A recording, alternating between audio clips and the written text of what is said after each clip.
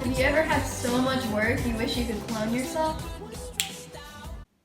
While cloning can't actually be done in a snap, it has become a very real possibility in science research. Clones are organisms that are exact genetic copies. Every single bit of their DNA is identical. Clones can happen naturally, such as in the case of identical twins. In the past few decades, clones have been made artificially in scientific labs for pharmaceutical purposes. A transgenic animal is one whose genome has been changed to carry genes from other species. So what's the history of cloning? In 1885, two-celled sea urchin embryos grew into completely separate organisms after its cells were separated by shaking the embryos. In 1902, the feat was accomplished in a more complicated vertebrae. The first successful nuclear transfer was accomplished in 1952 by transferring the nucleus of an early tadpole embryo into a frog egg. In 1996, the first and most iconic mammal created by a somatic cell nuclear transfer, Dolly the sheep, was born. This was a momentous event since prior to Dolly's birth, all embryos failed to develop. Began with a 6-year-old sheep. They took a single cell from her mammary gland, including its nucleus, the command center containing all the genes, the DNA, that determine the sheep's individual physical characteristics, eyes, nose, hair. Then they took an egg from a second sheep, removed its nucleus, and replaced it with a cell from that first sheep. The egg and its new nucleus then fused together, turning into an embryo, but with all the genetic characteristics of the first sheep and none of the second. In effect, a carbon copy, an exact duplicate of the first. All that was left was to put this developing embryo into a third sheep, a host sheep, which carried it to term. In 1997, transgenic sheep were created by introducing the human factor IX gene into the genome of sheepskin cells. This specific gene signals for a protein that helps blood clot.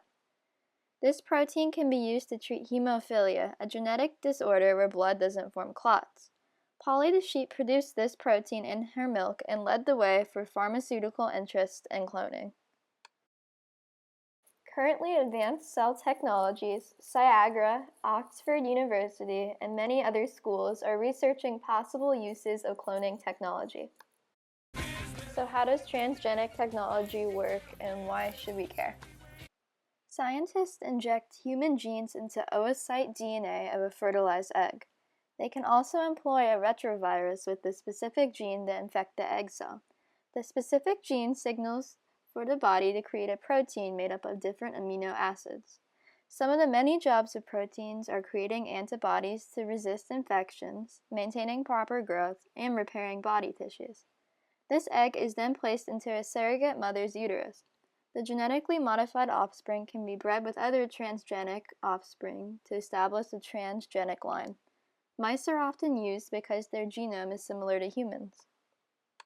Laboratory transgenic mice have provided 7 out of the 11 antibody drugs approved by the FDA in recent years.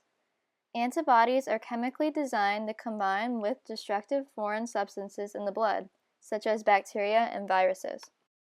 Insulin, growth hormone, and blood anti-clotting factors have been obtained from the milk of sheep, goats, and cows. There are only a few cows in the whole world whose milk contains human proteins that can be used to produce medicine. On June 22, 2013, a transgenic female calf was born at the Estonian University of Life Sciences, whose genome contains the gene of human growth hormone. It is expected that in the future she will produce human growth hormone in her milk. The transgenic calf was born as a result of scientific cooperation between the Estonian University of Life Sciences, University of Tartu, and Competence Center for Reproductive Medicine and Biology. In the pharmaceutical industry, introduction of transgenic technology is of revolutionary importance, allowing to produce high-quality drugs at a lower cost. It is possible to produce various biomolecules, even such as antibodies, from the milk of transgenic cows. Transgenic technology also offers new possibilities for the future breeding, allowing to breed animals that are more disease-resistant or produce milk that is enriched with certain health-promoting components. So what does the future hold for cloning technologies? Xenotransplantation, using organs of a transgenic animal for organ transplants, is currently being investigated. The donee's DNA would be injected into an animal's egg cell to produce a perfectly matched organ. Unfortunately, there are many obstacles hindering this technology. Currently, there are animal welfare regulations in place by the FDA. However, only a small percentage of cloned pregnancies result in live births. 90% of cloning experiments result in prenatal failures. Surrogate mothers also suffer from large rates of prenatal death, longer gestation periods, and heavier offspring. Even if the cloned animal is born, it is likely to suffer from health defects and deformities. Most cloned animals do not have long, healthy lives.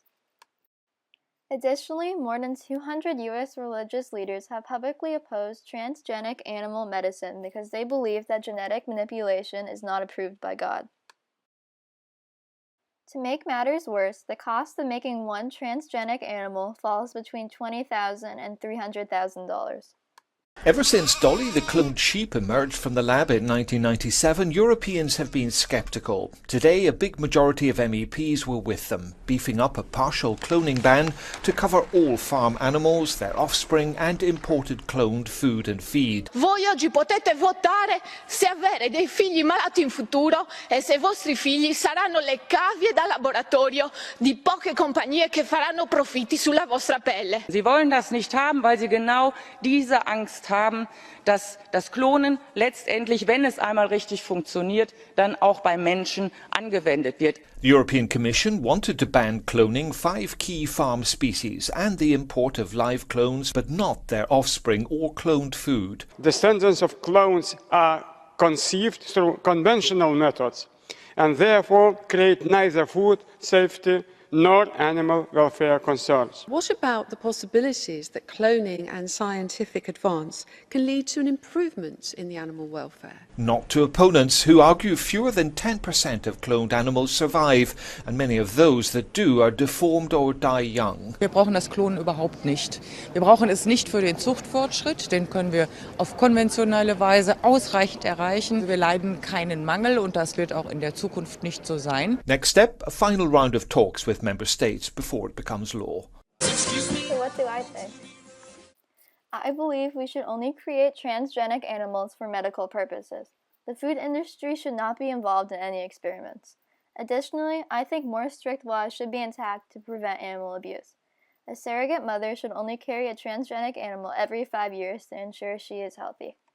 So now it's up to you. What do you believe?